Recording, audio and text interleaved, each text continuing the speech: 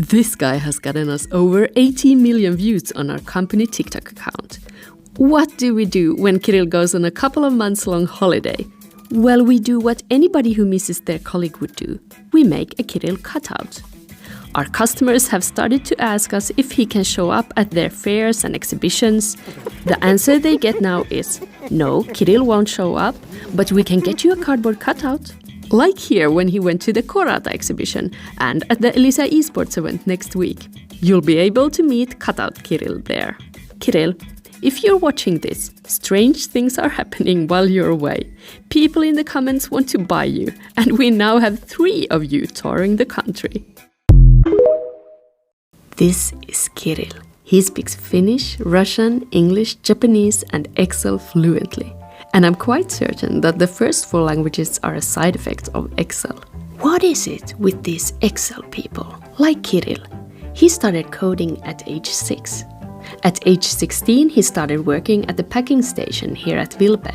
And now he does technical marketing design, which means that without any further education, he now flies drones, does 3D animations, does backend stuff for our web pages, helps us figure out the TikTok algorithm, and plays in the Mahjong World Championship. Oh, and he also ranks in the top 7 percentile of the world's chess players. Kirill is no ordinary creature. I think he's some kind of wizard. What are you listening to all the time? I asked him. Oh, just Japanese and English audiobooks, he said. 1 book a day. You speak a lot of languages. How have you learned them? Well, I learned English at a young age, essentially from playing video games. Ja suomeksi nyt on oppinut ihan itsekseen puhumaan, kun Suomessa on koko ikänsä melkein asunut. Niin ну, а по-русски у нас дома говорили, потому что папа был русский. で、まあ一応日本語も話せるんですけど、別に勉強したことはないけど、単なるアニメの見過ぎですね。Would you say that you're a minimalist? I guess so. I mean, if you would look at my apartment, it doesn't look very minimalist, just because there's like trash everywhere. There's trash everywhere? Well, it's not organic trash because I don't buy any food, but it's like all kinds of stuff. As long as it's like no problem getting around the apartment, I don't care. The desktop on my computer is more important than the actual desk. The desktop must be clean. Oh, that one must be clean. But in what way would you say that you're a minimalist? I'm minimalist in terms of trying to minimize the activities more than stuff. Like the actual commitments and activities that I have during the day have been kind of thought through so that I have as much time as possible for things that I actually want to do. Like for example, I don't actually have any chores at home. Like nothing. Like nothing? Yeah. You just water some plants? I don't have plants. Kirill, what do you eat? I don't cook at home at all. And I have kind of decided upon a daily menu, which I eat then every single day. Like, what do you have in your refrigerator? I mean, the fridge is empty, it's turned off, and in the kitchen cupboards there's like clothes, stuff. Clothes? Yeah. In the kitchen? Yeah. I've chosen the kinds of fast foods that are easy to get, they are on the route and so on, but also are something that you can actually survive on. Chicken tortilla thing, which actually has quite a bit of salad and like all kinds of stuff in it. Like you eat the chicken tortilla every day? Yeah. Your blood values, they would be okay? Kept this up for like 15 years. If there would be a problem, it would have happened already.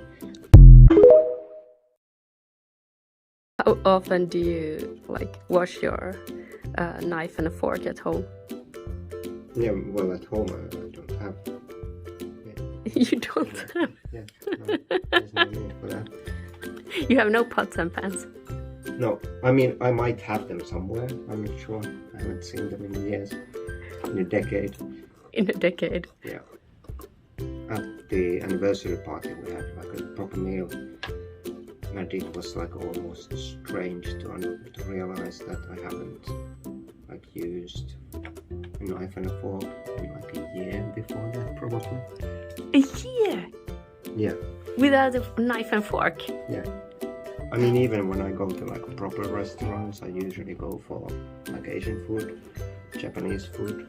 So there's no knives and forks there either. You eat with sticks more than knife and fork? Yeah, definitely. Kirill, they say being able to pick up Japanese just from watching anime is insane.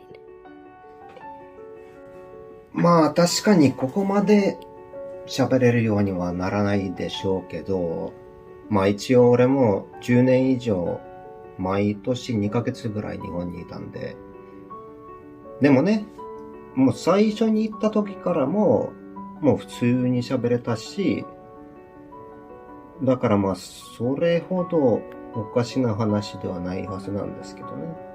だってフィンランド人とかはまあ結局全員英語を普通にテレビを見て習うんで、まあ日本語に関しては結局後でちゃんと読み書きとか勉強したんですけどね。まあでも普通じゃないですかね。それぐらい。Remember this guy, Kirill? He could speak a bunch of languages and placed in the 7th percentile of the world's chess players. And he works in the room next to me. The other day, I found out that not only does he do magic with computers without any formal education past the age of 16, I found out that he is apparently also the company's help desk for all our printers. Like, if a printer breaks down on the other side of Europe, they put it in the back of a truck and drive it here to Finland so that Kirill can scavenge parts from his printer graveyard and build it back together. This one printer company sent us the first versions of their printers. Kirill fixed all the bugs and made his own improvements. A guy from that company flew in and took notes on all the ways to develop their printers. But being a printer guru is nothing he talks about. It's such a small part of the technical magic he does. I try to never read anything twice. Okay. Because it's a waste of time. Have you read anything twice? Well, probably something like Tolkien when I was young. But the problem with that is your brain wants to be lazy, and it's much more comfortable to read something that you have already read, and you end up essentially wasting your time. And there are so many good books out there. But don't you have comfort books? I can have like books that I really liked, and then I know the story, and then it's like watching a movie again. Yeah, but that's something that I try to avoid. Yeah, I'd heard that somebody said also about films that actually is a waste of time. Like you're supposed to see them for the first time. Yeah, and also do the same thing on like YouTube videos and stuff like that. You never watch it again. Yeah. But my brain has found a way to hack that. I watch like reaction videos sometimes. But I treat myself because I'm seeing a reaction of you actually get something at least. Kirill, have you ever thought about working with cybersecurity? That sounds way too stressful. I've heard that you were a bit on the other side of the law when you were a kid. Well, at the early days of the internet, everyone had a bit of fun. Everyone had a bit of fun. What did you do? Well, it might be better not to talk about it. Somebody asks, can he fix my broken heart?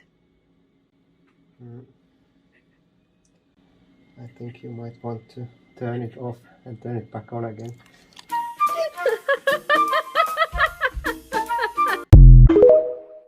Are you exploited here? I don't think so. I mean, I mostly get to do what I want. So I'm really pleased to be here. But also mostly I don't care what I do. I mean, I get to listen to audiobooks while I work, so that's enough. Yeah. I was quite happy even working in production here. I heard you were offered to work here with the computers, and at first you said no. Yeah, I did try to resist it. Why? Well, because once you use your brain at work, it leaves you with less energy for your hobbies. And it's far more difficult to listen to audiobooks when you're programming than when you are driving a forklift. Like even now I've been offered all sorts of positions, but I usually try to avoid any kind of additional responsibilities. That's how I spend my life. That's why I still have quite a lot of free time. I strategically avoid all kinds of responsibilities. So when people said you should be CEO or you should start your own firm? Definitely not. Somebody asks, how does he sleep when he has so much information in his head? I guess I sleep when I'm tired. Yeah, but you sleep kind of special, I heard. Yeah, I usually go to sleep right after work, because that's when a person is most tired. And then I wake up at midnight, and I can wake up in peace. I don't have to hurry anywhere. And then when it's morning, I go to work. It kind of moves along the week. So at Friday, I'm usually already in a normal sleep schedule. And then on the weekends, I don't really sleep that much.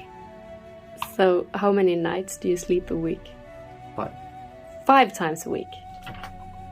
How long have you been on this special sleep schedule? Probably 10 years already.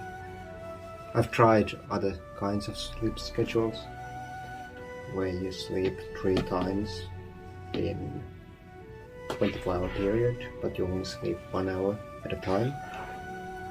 And that actually works, but it's kind of difficult to keep up.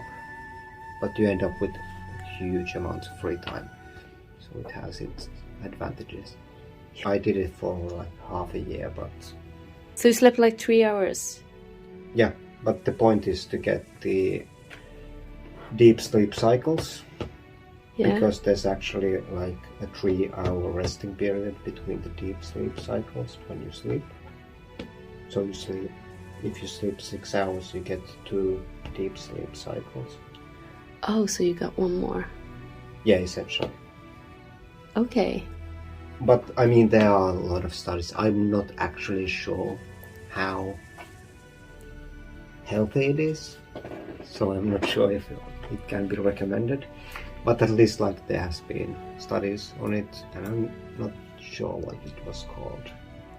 But it can be probably found on Google.